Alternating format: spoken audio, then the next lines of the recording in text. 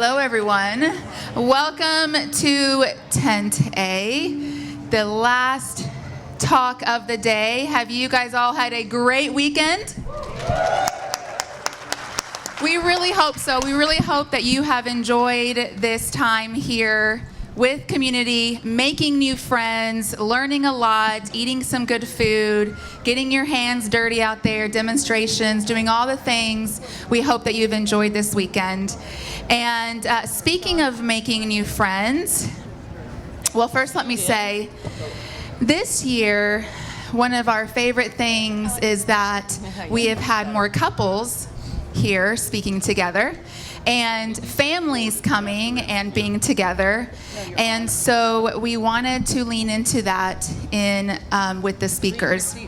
So I put it on the schedule that we were going to have a couples panel. And then I asked them, I said, I put you on the schedule, is that okay? And they all said yes. And some of them just met today, so they don't know each other that well either.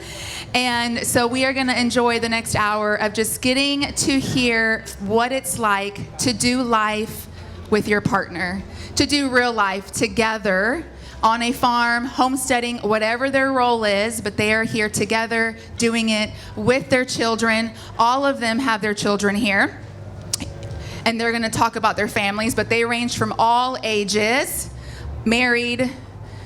You guys 38 years. You guys have been married? 17? 15. So we got a lot of good stuff to talk about today. So first, I'm going to introduce, here is Paige and Derrick Jackson. Jared and Annette Thurmon.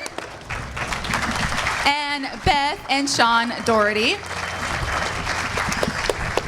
So we're going to start off letting them talk a little bit about themselves, who they are, what they do, where they live, and then we are going to get into a little question and answer, which I'm going to begin, and then we will open it up to the audience. So, Beth and Shawn, tell us a little bit about yourselves. We're from Toronto, Ohio, which is as far east as you can go in Ohio before you fall into the river. And we do farming, low inputs to no inputs farming. We did not want to spend a lot of money farming. We wanted to be able to do this without it costing us. And every drop of money that we saved meant less time for me off farm. So I always worked off farm. I was a professor for a long time. Then I became a maintenance man for Franciscan Sisters, 3/4 time, then half time, and now between our Airbnb and our speaking, I can be home all the time. And so that's been our goal and our work, and we have 8 children, and they are all over here, or not all of them are here, but they are doing the timber frame. In fact, I think they're doing a barn raising right now. And they've done butchering out here and other things like that. So the culture, the farming culture, we're so glad that we were on that trip because we think it is the way to raise children. And we've been very, very happy with our kids. They are the crown and our jewels. The jewels in our crown.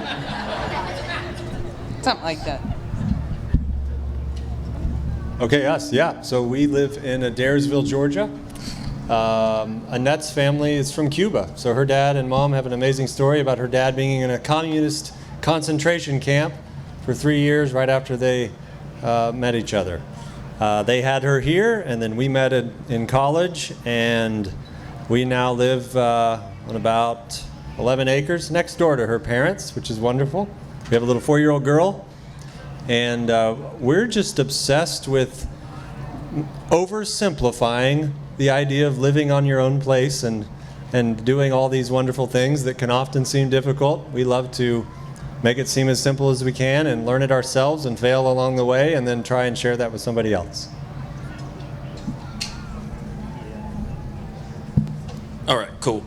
So my name is Derrick, and this is my wife, Paige. We are here from North Carolina. Paige is originally from Georgia, and I'm from Mississippi. We are first generation of farmers. We started out We started out about 5 years ago on a journey to farm full time. I left behind a 14-year career in the United States military to farm full time. We fell all the way in, meaning I quit and started farming full time.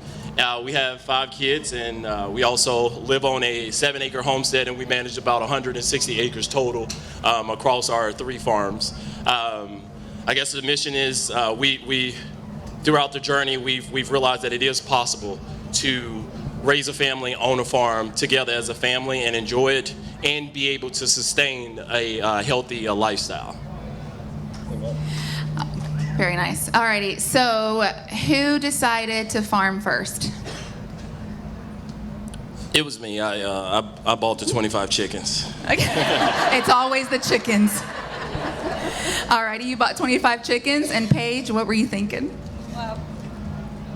Well, the first time he bought the chickens, I didn't know that he bought the chickens. Oh. Like it was a surprise. It was like, hey, what you doing? And then he sends me this text message with a receipt for 25 chickens, and I was like, what's this? I was like, what is this? And he was like, well, I ordered some chickens. And at the time, I was pregnant with baby number 5, and I remember being like, so are these gonna come after the baby? Like what are we doing here? And he was like, oh yeah, I mean, like he didn't really answer the question. Yeah. Well, so we ended up raising chickens. Just we were just in it. We just did it. And I guess when we started, I didn't really have thoughts about it. I just thought, okay, this is like a cool thing. Like we're just we're doing it. And also my husband was really upset because we were buying chicken from a local farmer and he ran out of chicken. And so Derrick was like angry, like just really upset. And he was like, I'm gonna just do it myself. I'm gonna grow it myself. And I thought I didn't know how serious that was until he bought the chickens and we did it in our, not even backyard, our front yard. So that's our. Wait, so the 25 chickens that y'all started with weren't even layers, they were meat birds. They were meat You birds. went full in. Yeah, they were meat birds. Yeah. Okay, so how was your experience processing those chickens? You wanna take it or I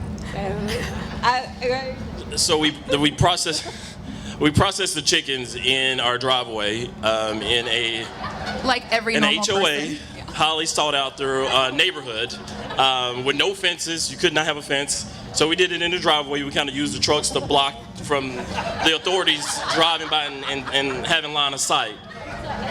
I really thought we were gonna go to jail. I really thought someone was gonna be like, y'all are killing animals. I'm calling the cops. But they didn't. They didn't. This also happened the day after Paige left the hospital from having the baby. So we were expecting a storm, so we had to get the chickens off pasture.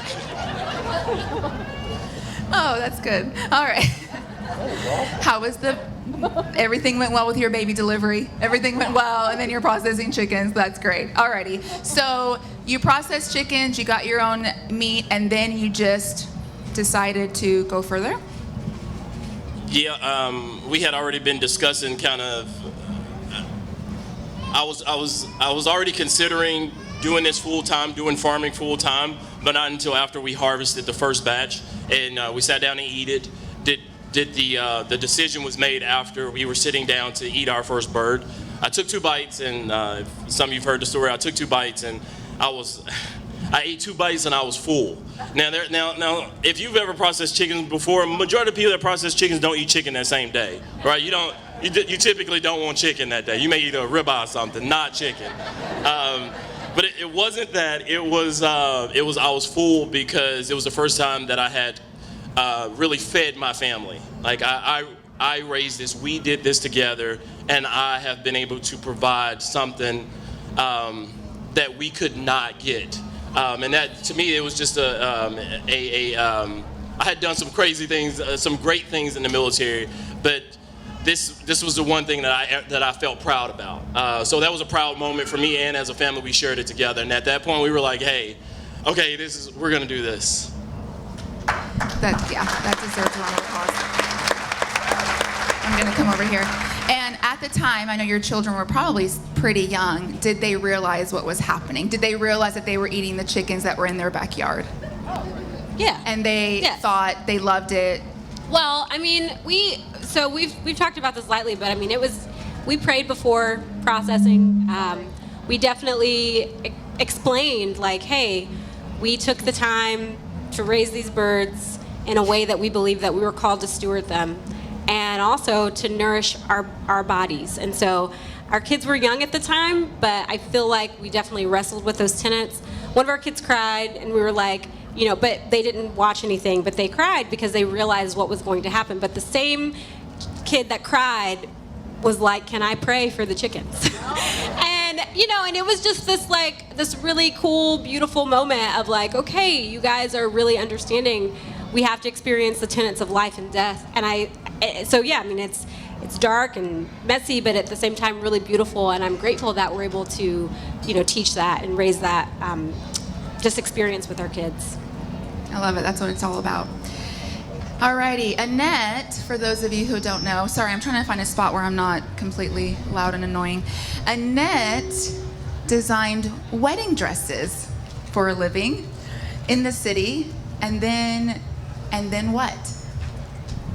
Yeah, so I was not of an entrepreneurial spirit, and my husband was, so I went to school, became a nurse, and then I was like, why not do something else on the side? So I started designing wedding gowns and did it for a long time, like 10 years, and it was great. And then we moved to the country when I had been doing it about 10 years. And then I thought, I found so much, I would say, there was no stress there's not as much stress from farming and losing crops and losing animals as there was a bride saying she didn't like her dress. So it was interesting. I feel like when we were doing that, like he came with me to New York for Fashion Week a few times. It's like, the world has a lot of wonderful things to offer and all these things, but it wasn't, satisfying to the point. I felt there was something more we wanted to do. And so when we moved and I started doing things more outside and with my hands, it's like I didn't want to do any of those things anymore. I wanted to be home more and do those things because it was so much more satisfying and character building that it just brought the most joy.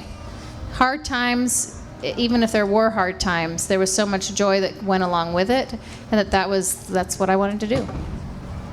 And what was the first animal that you purchased for your farm? We did chickens. Isn't that the gateway drug into homesteading? It is. We did chickens, chickens from McMurray Hatchery. We ordered some online. That catalog is like, it's the downfall. There should be no catalog. Just, right? It's like too much. Like, I didn't even know there was so many varieties of chickens. You know what I mean? And so we ordered 17 chickens. I don't even know how we came up with that number. That is what we did. And so that was our first experience, and then it just snowballed from there. And I'm not sure if you guys know this about Jared and Annette, but you guys don't eat meat. You guys don't eat the eggs. So, but the chickens were still the way into your homesteading journey. Yeah. What do you do with those eggs? Yeah. We're the weird ones doing that, right? Not weird. It's like not different. Weird. But for the chickens, I found it really awesome because I think their eggs are so much more nutritious. They are so much better. So when I was working still as a nurse at the hospital, I would take eggs to everyone, which I felt I was so proud, and it was so exciting to give them farm fresh eggs. So we've done that. We supply our church members with a lot of eggs too. And then I've also donated them a lot to the local shelter. I think a lot of people don't know you can donate your eggs to the local food shelters, and so that's a nice thing as well. And I was just going to say, since you outed us, Rebecca, You're welcome. our motivation for moving out was reading something that said the two things most favorable for character development are caring for plants and animals. And so we have a ton of animals, and people are like, "What? Why do you have all these things? Like, what do you process? What do you do?" We just feed them. And they give us manure, and then we grow more vegetables. And we have found that it's the greatest thing ever, and we love it. And so I think our motivation for this lifestyle is health in general. And so there are some people that don't eat meat that are like on a war against people that do. That is not Annette and I. We're big believers. If you're raising your animals and they're healthy, that's what God intended. But most people I don't know if this is fair, so rebuke me if this is not fair. A lot of people out there are raising animals without your health in mind and don't care about your health, and the green dollar is their incentive. So I'm happy to say that's not the case with anyone up here and at this event. But it's been so inspiring to get into a community and meet people that see the value of loving animals, caring for them, and helping the animals be healthy, regardless of what happens next. So, yeah. I love it. Thank you. Alrighty, so I want to ask a few questions from you guys, and then we'll get out to the audience. Christian, where would you like me to stand where there's no feedback between the speakers? Is that better? Oh, stand on this table. I don't want to block anybody. Is this better? Alrighty. Shawn and Beth, what is your biggest fear in homesteading with each other? As you go through this journey, is there something that you feel is a struggle, a fear, and with all you're doing? I mean, you're doing a lot of things. You've raised a family. Do you have anything that you struggle and think about? We've been on this journey a long time. Yes. And I think Psalm 95, I think it's verse 5. Do not grow stubborn, as your fathers did in the wilderness, when at Meribah and Massah they challenged me and provoked me, although they had seen all of my works. These are people who saw the Red Sea parted. I've seen too many of his works to be able to justify a whole lot of fear anymore. My worst fear happened and was okay on Tuesday night when the house burned and the kids got out. So there was my worst. But as a homesteader and a mom, I think the haunting fear, I don't come from a happy birth family, was that my kids were not going to be glad that we had made the choices we made. Home birth, homeschool, homestead, total family involvement. Well, I don't exactly want you to walk out there and ask them all, because they'd probably give you honest opinions, right? But their love for one another, their love for what they're doing, their skill level, their genuine honor for their father and me while they even know us, including our faults and our stupidities, those are the reassurance for my fear. I'm not afraid anymore. They're 36, I think, to 15, and they're phenomenal human beings. That's bragging, and I don't mean it to brag. It's just they're wonderful. I love them. They love one another. So my biggest fear is we won't get enough rain to keep the grass growing. Yeah, for those of you who don't know, Shawn and Beth's house burnt down, and they still got in their car and came this way. So thank you, guys. Thank you. Burnt down like 2 days before.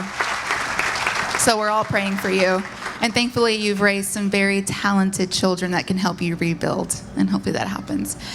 So speaking of the children, they are incredible. I've met them all. Wonderful, wonderful human beings. How do you do that? How do you have that many children and everyone seems like-minded? Obviously there's issues. They're children. We're families. We all get it. But how do you, if someone's here trying to convince their child to run the farm when they're gone, what would you say to them? One of the things that I think, so we work together. So if we're going to have something that we're going to work on the farm, we're going to solve it. We're not going to use money to solve it. We're not going to buy somebody in to solve it. We're going to solve it.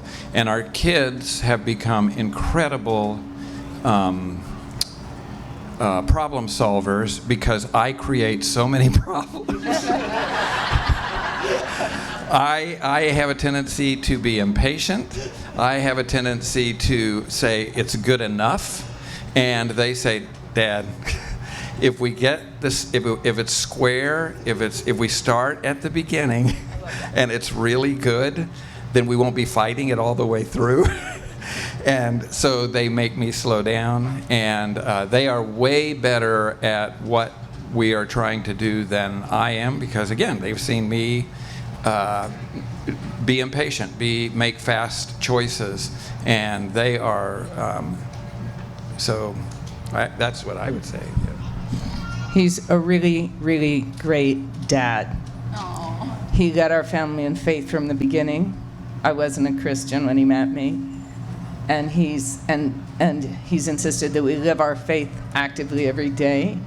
I also want to add one thing that happened a long time ago, but it's kind of a good story. One day, he and the boys were working on a project, and number 2 says to him, "Dad, I think it's going to work better if we do it this way." And Shawn's at the end of the day, working hard, he says, "It doesn't matter." And Thomas turned on him and he said, "If it doesn't matter, then this is your hobby, and I'm your hobby slave." Keep that in mind. Like it was a real yank on the chain. Hold up, folks. This makes sense. If we're doing it to make sense, if we're doing it to feed the family, then you stop and you listen to your help. You make sure that they see you do things that they know it makes sense, and that if you ask them to do something, that they know you would do it too. So that was a huge lesson for us. I can't say we learned it fast, but we did learn it. The other thing is when we work together, I have seen dads who take the tool and perfectionists who can't stand kid work. Right. And so I was always putting the tool in the kids' hands. I was saying, you do the thing, and then I'll be the sweeper. I'll be the one who moves the stuff, because I knew that they would learn from that. And again, I think that they all are better at what they do than what I am. And it's really.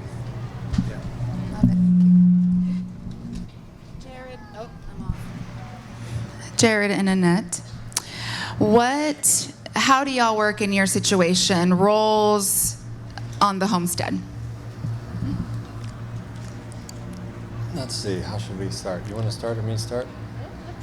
So the reason we did it was, as I said, some character building, and that started out a little scattered. So I think it started with Annette saying, after we said, well, are we going to garden? That's what we're going to do here, right?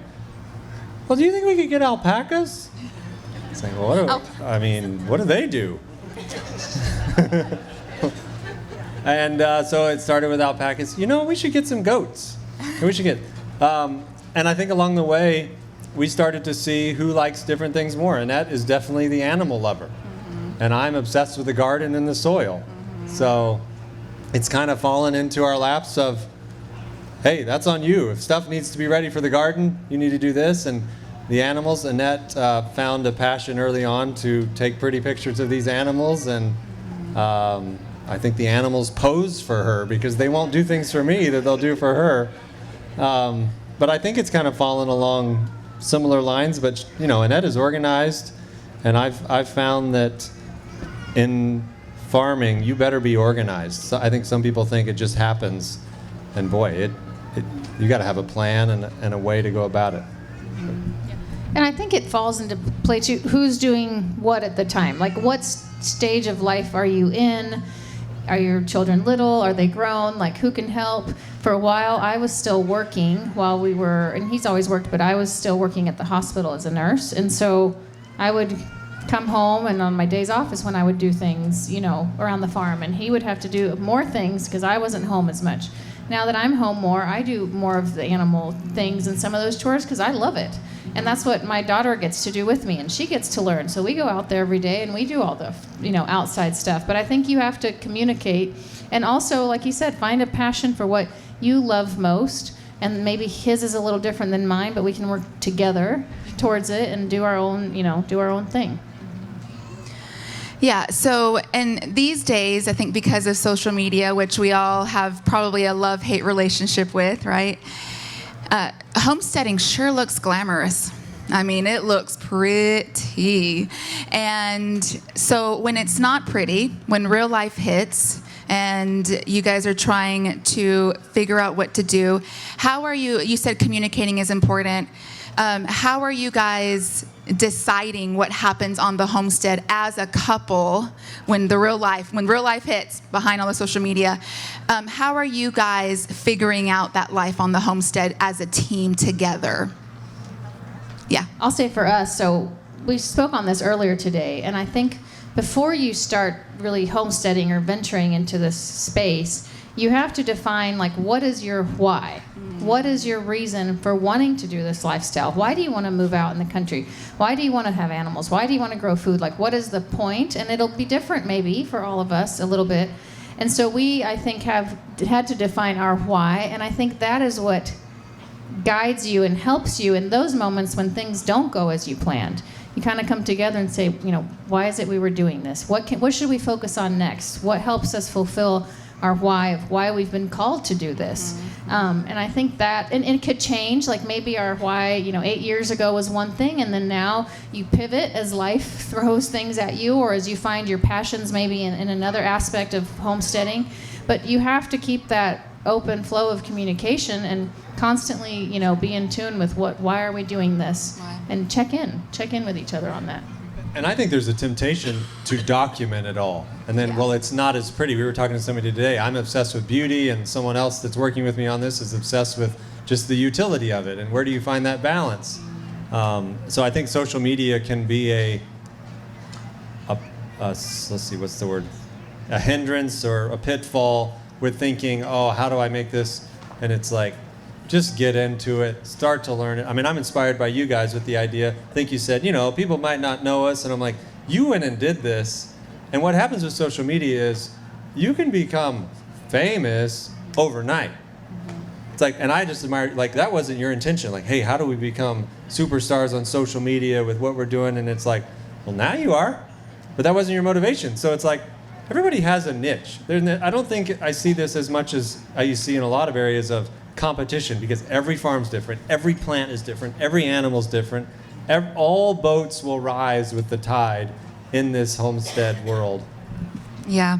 You talking about competition. Earlier, our milk cow was having some health issues, and it was amazing. Beth was in there. It was amazing to see everyone who had any knowledge, who had any milk cows, gathered into the barn. There was probably 15 people in there at one point coming together, and someone made a comment, "This is what this is about. Just because I have a milk cow and I'm selling my raw milk doesn't mean that I'm mad that they're here. This is what this is about. It's not competition. Let's do this together. Let's do community and this life together." So that is very true. There's also a saying, if there's no picture, it didn't happen. That's like a thing. It did happen. We know it happened. So for Derrick and Paige, so you guys, military, and then you buy chickens while having a baby. Where did you gain your knowledge? Like, where were you going to grab on to how to do what you were starting to do?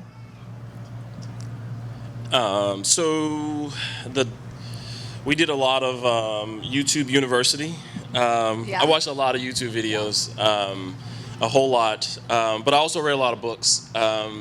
I tried to seek out individuals that were doing it the way that we wanted to do it, modeling it the way that we wanted to do it.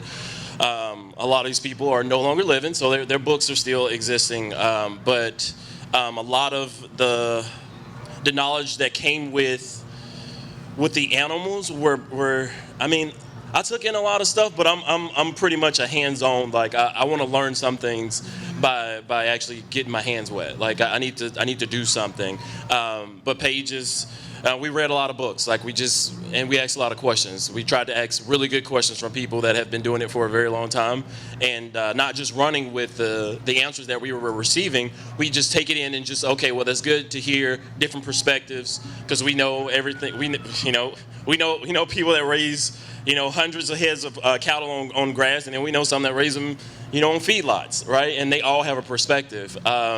But and then we had something to learn from all of them. So we like to take perspectives from, different individuals. So I feel like I struggled with that a little bit, because Derrick was very much like, I want to figure it out, and I'm going to figure it out, so I'm just going to do it.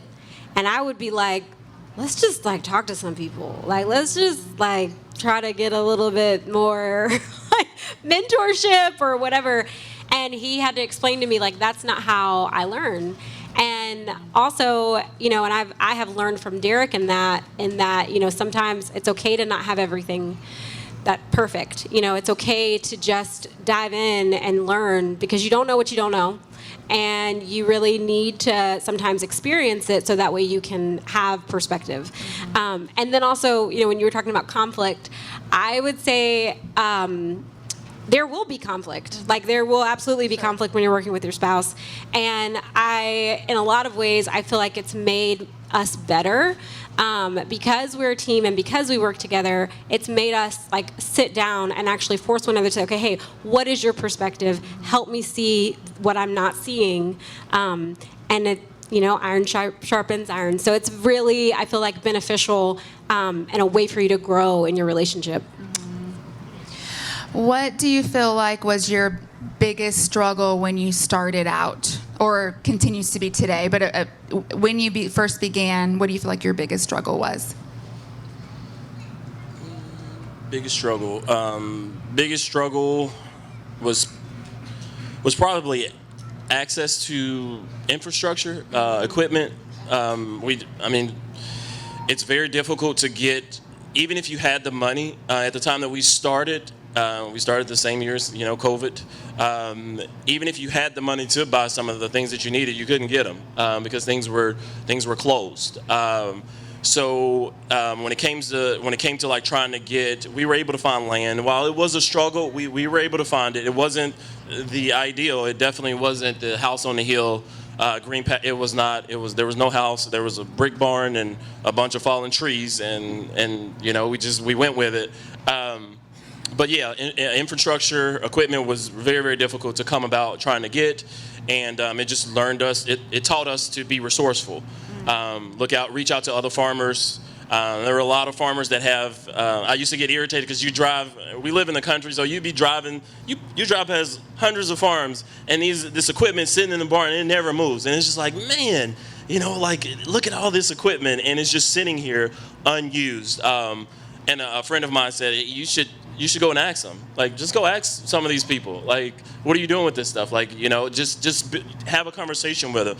And now, if we need access to certain equipment, we know who to lean on. These people that have that equipment, that they're looking for somebody to say, hey, can you just come drive? Can you come help me with this? Not can I borrow it? Can you come and help me till this, or help me, drive these fencing poles? That community and those farmers were, their doors open, and that's one of the things that we learned through not having access to it. So I would say the biggest challenge for me was learning how to work with my husband in a business context. That was hard, and it was like, when do I take off the hat of being a wife and then put on the hat of a business owner, but then also a farmer? You know what I mean? Like, because we all we contribute in different ways, and so that has been and still is something that I'm learning, because when you are running a business with your spouse, sometimes you have to really, and I feel like with, Derrick has a military background, and in the beginning, I would have to check him, and I'd be like, I'm not one of your soldiers, okay? Yeah. I'm your wife. And right now, I need you to talk to me like your wife. And he's also had to do the same thing with me, like, hey, I'm exhausted. No business talk now. And for me as a mom, I'm constantly going. Like, it doesn't stop, like multitasking is just what we do. We breathe that. And so I'm always like, well, we got to get this done. We got to plan this thing. We got to do this thing. And as soon as he would come in the house, he would be like, but I just need a minute. So I think understanding those parameters was something that was a big challenge in the beginning, and still is something that we're working on to this day. I love what you said about you went and asked them to not just borrow their equipment, but come to your place and help. We're not meant to do life alone. We're meant to do it with people, and the helping each other is what brings new friendships. So I love that. Paige, for you said one thing that you do is you'll say, I'm not your soldier, I'm your wife. But is there any other things that have helped you when you're feeling like, I don't know, am I a wife, am I, business partner? What has helped you through those moments? I would say being vocal about it.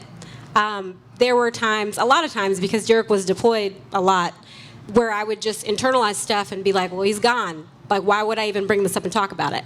But now that he's here all the time, I'm like, okay, listen, I'm going to let you have that minute, but we need to address this. And just making that known, like, hey, like, I'm a person too, I have feelings. And even if this is not a good time for you, it is loving for you to revisit this when I am ready, or when you're ready, right? And I respect that. He does need space, he does need boundaries, but at the same time, I had to just speak up for myself in that this is what I also need emotionally so that we can have resolve. Are there any of your 5 children that you think will definitely follow in your footsteps? All of them? None of them? I mean, they seem to be having a ball here this weekend, and they're so sweet. But is there one child that you're like, oh yeah, they are the animal lover, they are the ones that are going to continue this? I think, I think they're still kind of young, but I think there's 2. Our oldest, and then our oldest son, Maxwell, and then our oldest daughter, McCartney. They both, I think, my oldest, I see him, I think he will want to do it because, because he's seen me do it, and a lot of the things that, he learned a lot of things without me because I wasn't there for it. So now that I'm there, I see that he really does see me. He sees what I do. He wants to model that behavior. Even if he doesn't like it, he understands that I've said this a couple times, I don't like raising chickens. I raise a lot of them, but I don't like it. They're not my favorite animal. But I do it because it's one of our enterprises, one of the things that provides a living for our family. So I do those things. I raise these chickens not because I want to do it, but because we need to do it. And I think that he has developed a similar a picture of, okay, well, it's not all about what I want to do. It's sometimes about what I need to do. And that has come in handy when I'm not there. I get a phone call if I'm not at the house, and it will tell, we did not do this right, and I need to fix this. And it's like, okay, Maxwell, you can fix this. And then my oldest daughter, she picks it up and she just runs with everything. She's a fast learner. I think she has her mom's spirit of she does not back down from, she doesn't get intimidated, even though I get loud sometimes, not because I want to control anything. It's just I talk loud. And my daughter that does not bother her. She will move a bull if I ask her to go do it, and she is only 7 years old. But yeah, I think that those 2 will probably be they'll probably be they'll be the farmers of the family. I love it. All right, I'm going to put you guys on the spot for a minute before we go out and ask some questions. We'll go down the line. I want to know your favorite thing about doing this life together and your favorite thing about what your partner brings to the life that you're living. Start with me. Let's, yeah. You go tonight, Cody. They didn't know these questions beforehand. Just your favorite part about doing this life together, doing all of it, and then something special about your partner each one of you can share that brings to the table that you love. Well, I know the special thing is that Beth is her memory and it is amazing to hear her talk about what we do. She knows things backwards and forwards, and so that is, and when we have an issue, I know that she's going to have background information that's going to help us get through that. So that's been really good. In terms of, I think this is on topic. I think the best thing, the most important thing that I think our culture desperately needs is that we are hopelessly connected together. That I know that there is nothing that's going to separate us. And that is what our culture desperately needs is people is partners that say there is nothing that's going to pull us apart. And the work that we do makes that tangible. I don't, you know, that we're hopelessly locked together. So somewhere Wendell Berry talks, in fact, a bunch of places, because he says the same thing over and over. Y'all know Wendell Berry? If you don't, go look him up. Yes. Somewhere he says that when we don't build a life together, a physical building of life together, when we simply cohabit and we have our own jobs, sometimes we even have our own bank accounts, and we live in the same house and share intimacy, we're not really enacting marriage. It's the need for one another. It's our shared commitment to things happening for our family that actually is the enactment of marriage. So he's sort of pointing to the culture and saying, we're not really marrying, right? If I am not totally committed to you and we don't share, if we don't stand before God I realize we have separate souls, so our salvation in one way is separate, but if we don't sort of stand before him to stand or fall together, are we being married? And that for me was a lesson. I told you I didn't start out as a Christian. I didn't start out understanding anything about marriage or good marriage. I think for me, something that's super, like my grounding, it started with him as a man of faith and a man who was going to be honest all the time, even when I didn't like it, which was plenty, still is, often enough that we will run into that. But I feel like as a person, he's the thing that keeps us running and going in a direction. So have you ever seen somebody carrying a canary in a cage? I'm the canary and he's the guy with the cage. I can, I flutter and I'm trying to accomplish things, but he's the person who makes sure we have our feet on the ground and we're actually moving in a direction. So he says, do you know you have an article to write, and it's due on Thursday, because he knows I won't think of that. So he's attentive to my faults, my deficits, and moves to fill those things. Quite the team.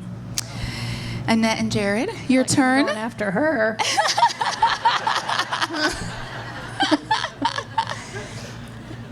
I did love something you said, which was along the lines of what I wanted to say, but where if you're not doing life or truly doing something together, then you're just in life side by side, but you're not really seeing the fruits of your labor. And I feel like that's what homesteading, I think, did for us, is where we had to then start doing things truly together with our hands. And that, I think, has brought the most fulfillment. Honestly, if we're just in the garden, like weeding or doing things together, it doesn't have to be anything elaborate. It can just be that you can appreciate each other and see the next day, oh, wow, look, we accomplished that, and now we're going to do this the next day. And that's so rewarding that I think for a relationship is so needed. And I truly appreciate Jared's candor. Like, Jared is very honest and speaks truth, and I feel like in all that we do, I appreciate that. I can always go to him for honest advice and good words of encouragement. So that means a lot. I would say Annette brings a lot of contentment into the house. All is well. All the time. And, it's been an interesting thing feeling like you live in a little slice of heaven and then being challenged to not make it all of heaven. In other words, almost to the point of idolizing it, and you couldn't live without it. If our home burned down, would that destroy our dreams, and what is real life? I had someone recently say, what if the Lord just called you to sell it all and move on? And it's like, but we've put so much time into this place. What about all the blood, literal sweat, literal tears in this place? And so it's this delicate balance of cherishing every day you get, and you can't describe it to other people until they get to experience some of it too. Yeah. Ooh, I mean, Yeah, it's probably going to sound similar to a lot of the things that you've heard. I think I'm most my favorite. One of the things that I'm enjoying the most right now is I've spent a long time. I spent a lot of time hearing things, studying things, and trying to learn about some things that I just didn't understand. And it's like, okay, well, when you have tried a bunch of things and you've tested a bunch of different things, and then you discover in homesteading, in farming, that it has been the answer to everything that you've read, everything that you've believed in by faith, by faith, because you've never seen it lived out, is where I'm currently at now, right? So as a Christian, after reading the gospel over and over again, we're looking at the ministry. Like I struggle with that for years, and I'm just trying to figure out, how do I be this husband? How do I be this man? What does it really mean to be a man? What does it mean to be a father? How do you raise your sons into men? Like, how do you call that man out of those boys, right? And these are things that I struggled with for a very long time. And not until I became a farmer did all these things start to make sense by sight. Because I believed it by faith that I could do it, but I didn't have all the resources. I couldn't see it. But after farming, I see that it has opened my eyes to those things. That has revealed what it was that I was reading, and I felt like I was called to do, but I didn't really understand it.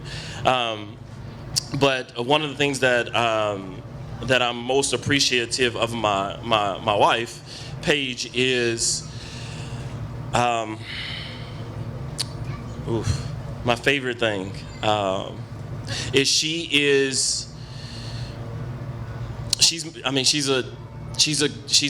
a great helper. Like she called the man out of me. My name means helper, actually. It does. She knew that. That was for her. She saw something in me 15, 16, 17 years ago. She called a man out of me, and she has stuck by me as I have become that man. When no one else ever called it out. Even if they saw it, they never called it, they never said it. She said it, not knowing. We were both in high school. She said it, and I knew right then, I'm going to marry this woman, and I'm going to show her, I'm going to be that man.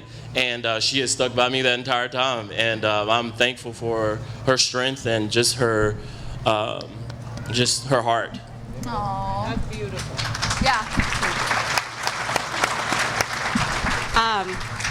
A lot of pressure here. I'm bringing in the rear.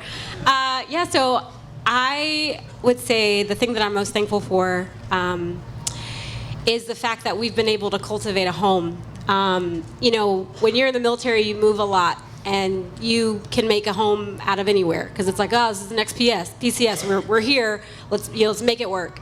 And that, after so long, when your spouse is gone, a lot of times you realize like this kind of like empty nest syndrome of like, well, but we're building these things, we're doing these things, but it's not really complete because you're not here.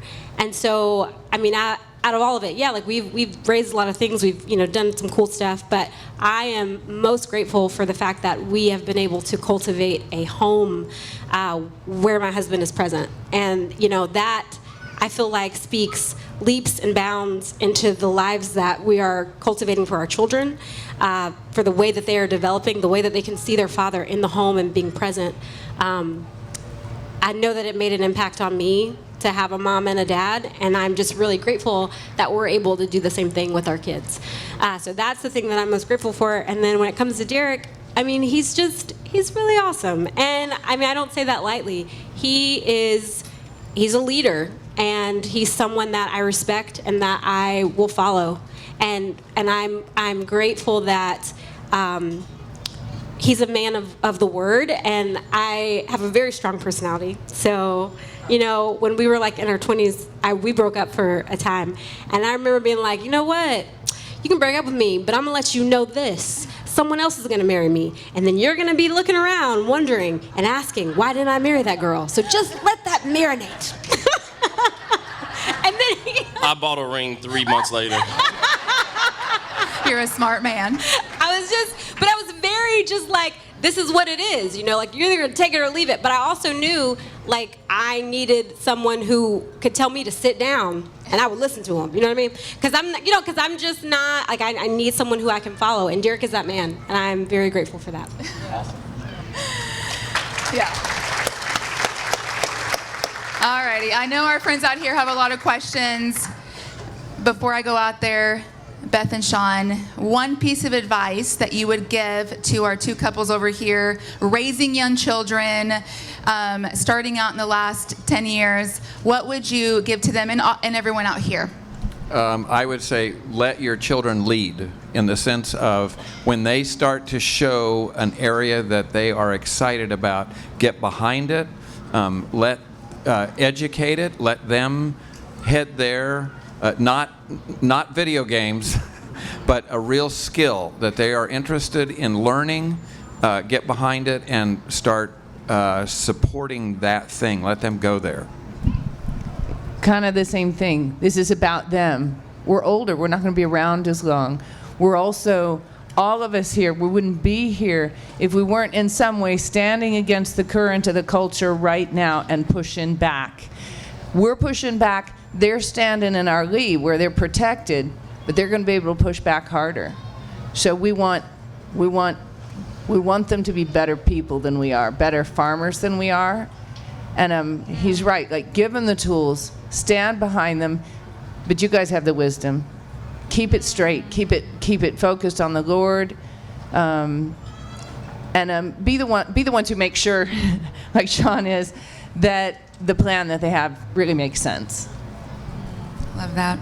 Alrighty, do you guys have questions for our couples up here? Yes, in the back. Any regrets, yes or no? Yeah, I'll voice what Derrick just said. Wish we had somebody who had not just said, hey, this is a good idea of a lifestyle, but really had said, you need to do this right now. And we dallied for a long time. We wanted to farm from the beginning. When I was 8, I read Little House in the Big Woods, and I'm like, this is me when I grow up. And my mom and daddy said, you can't anymore, it doesn't work. And so I lived in a dream world pretty much. I'm like, well, too bad, I'm gonna do it anyway. And we bought our farm in 1996, and by 14 years later, we figured out how it worked, right? So we stuck to it for a long time. And at that point, we started writing and teaching because we realized there are some really simple patterns. All life energy is sunlight. It's got to be captured in leaves. The leaves that are there and going to go on being there are called grassland, and you need to figure out how to harvest them. Since you can't eat them, you need to partner with something that can. Dairy cows turn that into nutrients that are available to anybody else. I've just given you the pattern, right? Like the basics of the pattern for how sunlight works in human food systems. If somebody had told us that in 1996, we'd be a lot farther along our road than we would have been, than we are now. Yeah. So that's why we teach, because we want you to take that and run. You'll be far beyond us in 10 years. Any other questions? I can't see everybody. Yes. Did y'all hear that? So she asked, everyone has their different strength and weakness, and how do you harness both in doing what you're doing? Well, we're going to fight, and then we're never going to leave one another. Works? Yeah.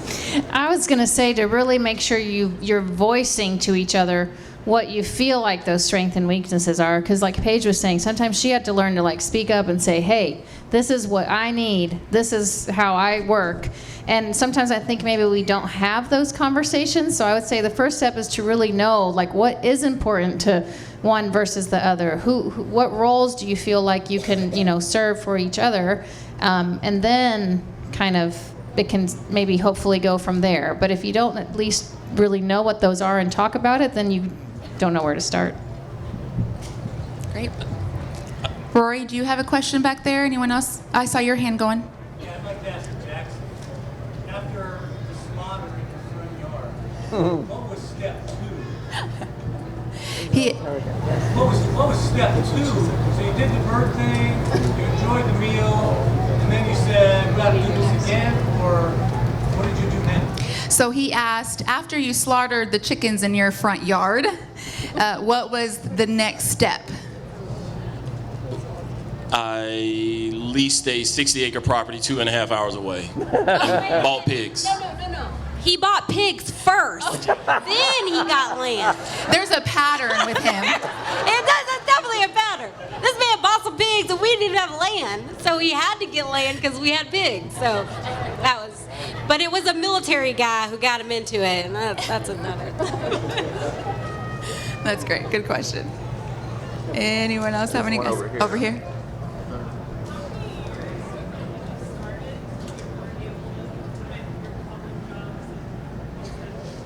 Great question. How many years from when they started till you were able to quit your other job and stay home full time?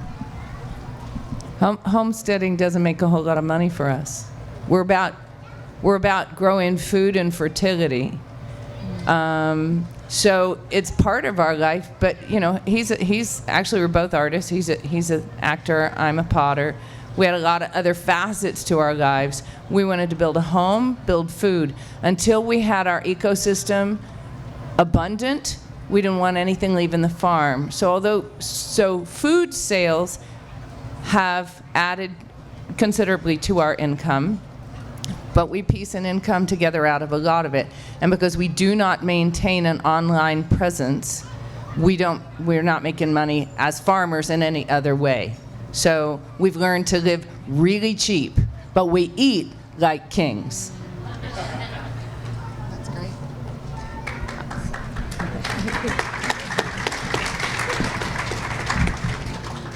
I was going to say real quick that in the marriage aspect and with money, you have to be able to be happy with not a lot and really kind of have those moments where it's okay if we don't have all the things, because your happiness can't depend on when you have lots of money. You have to be okay with not a lot. So sometimes even you can have so much happiness with not a lot, is what I'm trying to say. You can't put your happiness on the finances. And I think if you find your happiness or that of your partner's waning, the first thing to ask is, how much time are you spending on social media? No. Because you are literally looking through a fake window where you think the grass is greener and it's not. And so that would be the first thing to cut out, so you can really ask yourself, what is life? What am I doing? What am I content about? Because otherwise you're just living other people's lives vicariously, and the statistics in America are, it is a dangerous trap.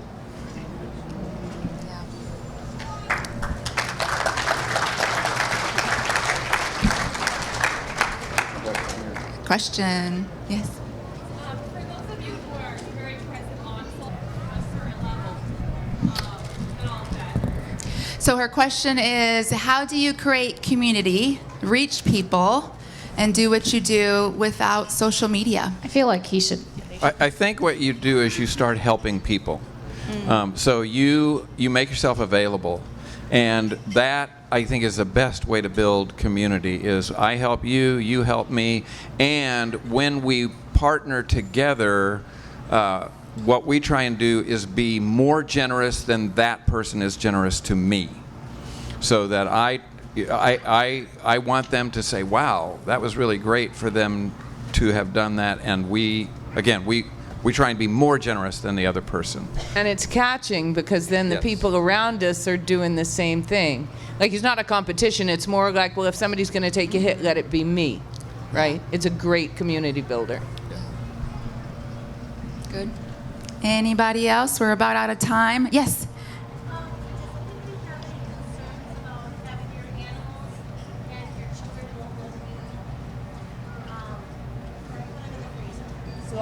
Any concerns with your children not letting you put your animals in the freezer? Our kids have been a part of the butchering process from very young. I said to my fifth child at some point, I said, "So William, how long have you been butchering animals?" And he said, "All my life." So what happens is that, so there's a kill time, okay? And the older kids are often in there for the kill. And then as they age, they're in there for the kill. So we let them decide when they want to be there for that part. And I think the exposure to this, to life and death and how this works, I mean, God set up this system, so it's not a bad system.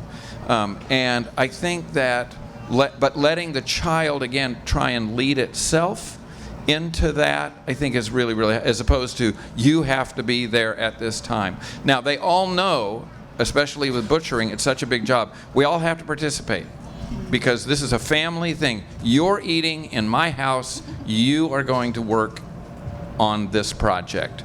But I think it is letting them have their way in for dealing with it. Yeah. I just want to say, too, that we all take our lives from somebody else's, right? And for the Christians in the room, that's most of us. I don't want to presume, and love and welcome to everybody who's not. But we take our lives from the death and resurrection of our Savior, and we know that. Living with animals as food, raising them, giving thanks for them before we butcher them, praying for them, and then joyfully receiving our lives from them is probably good training for us as Christians. Yeah, love that. Yeah, we in the beginning, we made it clear with the kids first, obviously, that whenever we bring animals onto the farm, we distinguish from what's a pet and what's not a pet. So, for example, well, I won't even use them for example, but we have a lot of animals. We have a lot of livestock, is what we call it, and we only have a few animals. And we distinguished that in the beginning. This is our pet. These are not our pets. This will feed our family. This feeds our neighbors. Our kids know the people that we feed. So by them knowing that, they know that, wow, I'm a part of feeding these people. So this is going to go to help feed our community, our friends. And then the other thing is we require people, anyone that works on our farm, some of them are vegan or don't eat meat. We hired a gardener, and everyone participates in the harvest. Whenever we do a harvest on the farm, everyone has to participate. It's just a part of it. If you're a part of the farm, then you're a part of feeding our community, so you have to be a part of it. Great. I think we have time for one more question, and then we are out of time. Somebody asked earlier, how do you give advice for these couples with young children? I'm going to hand this off because I think actually it's have gonna a be... thought, because I had a conversation with someone today. You want to repeat his question? Yeah, so the question, he was saying, what do you do with the families that are maybe over 50s who their children are already grown? And how do you inspire them? Those who are starting with kids who are already grown and you're not raising them in it. Yeah, or older. I just had one quick thought, even though that's not us. I had a conversation with someone today. They were in their 60s. And they told me that their son and daughter-in-law, the plan was for them to all move to a property and kind of start this homestead life. And in the last minute, the son and the daughter-in-law kind of backed out. Like, this is too much. We don't, like, this is not our lifestyle. This is not our life. And this was a few years ago, and they were sad because they felt like, no, this is what we want to do. But they said that now, a few years later, as they've seen the parents really reaping the benefits of this lifestyle and having them come over and seeing all these things, she told me, my daughter-in-law has started taking pictures with the chickens, and she's so excited, and she comes over and she wants to do things, and now they're starting to have the conversation of, you know what, we want to maybe do this as well. So I think they lived the life and showed it. I think it's very hard because the culture is working so hard against us. So again, I think that, you know, we can't say just pray, but pray is obviously the thing that one of the most important things that we do. But I do think that what we've seen with our older children, our younger children have only known the farm. Our older children knew a little bit of not farm, or they saw us when we were not very good at farming. And so, but I think they're now looking at what we're doing, exactly what you said. They're seeing what we do and they say, that makes sense. This really works. I want to be a part of that. And as Thomas says, I want my kids to have this thing. So I think I think we have to make it something that they see as joyful, as fulfilling, as abundant, as delicious, as something that, in the same way that when I went to my grandfather's farm, I said, oh my gosh, this is heaven.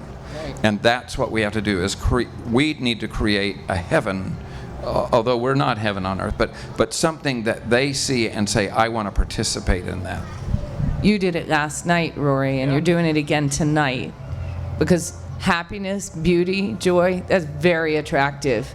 And in a world where it's less and less abundant, the light shines brighter. Yeah. So I can't, my kids are not that old, but I was encouraged by this earlier. I met a gentleman and his son. I don't know how old they are. I was looking around for him, trying to see if I see them in here, but this is a father and a son. The father is, I'm gonna say, he's still fairly young. He's probably about 60, and his son may be in his late 30s. And they came up and they said, we just wanted to come in and meet you and just say we're so inspired by what you guys are doing that we made a decision a few years ago that we were going to leave downtown Nashville. We had been talking about it for a while. The dad and the son have been talking about it. Neither one of them are farmers. Nothing to do with farmland or anything to do with it. They said, we just knew it was time to move, so we sold our home and we bought some land and we moved onto the farm. And now they're trying to figure it out. So, I mean, I think that it just takes someone, as the parents, I mean, I still look to, I still look to older gentlemen for advice. I mean, obviously, like I look at older farmers and I'm trying to figure out what are they doing right. And I also want to know, what did you do wrong? That's the question that I ask people. What were the hard times? Tell me about the failures that you made so I don't do that. So I don't think it's never too late if you show the interest. If you're taking the lead as to say, as a family, we're gonna do this and we're gonna eat better. We're gonna do this. I'm pretty sure. I want to say most men or most boys that are following their fathers or daughters looking up to their parents, they will follow suit if you're taking the lead. If you just take the lead. Rory, I think it could probably be non-age specific, but something that Annette and I found was people thought we were crazy for what we were doing. And I think a lot of times it is that very vibe you give off. Is this a life I should have too? And so something for us was, without social media, to the question over here, when people, not even when, we need to invite people to our house. And when they come, our desire is they say, this is nice. And so it was funny to have friends, you're crazy, I can't believe you're doing it. Then it's like, well, come over for lunch, especially during COVID. Come over for lunch, and then they'd come and it was like, oh, this isn't so bad. Right. I guess I could do this. This isn't the worst thing. This isn't too backwoods. Yeah, it's peaceful. And so I think it's that, give them something better. They come taste and see this thing, and then it's like, oh, maybe we should do this too.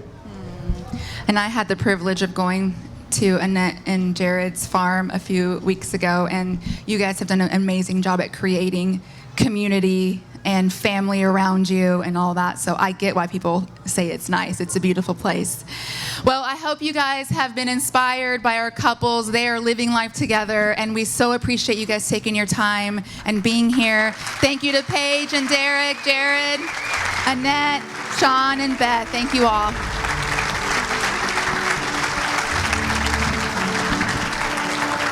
I'm sure they'll stick around if you guys want to say hi to them.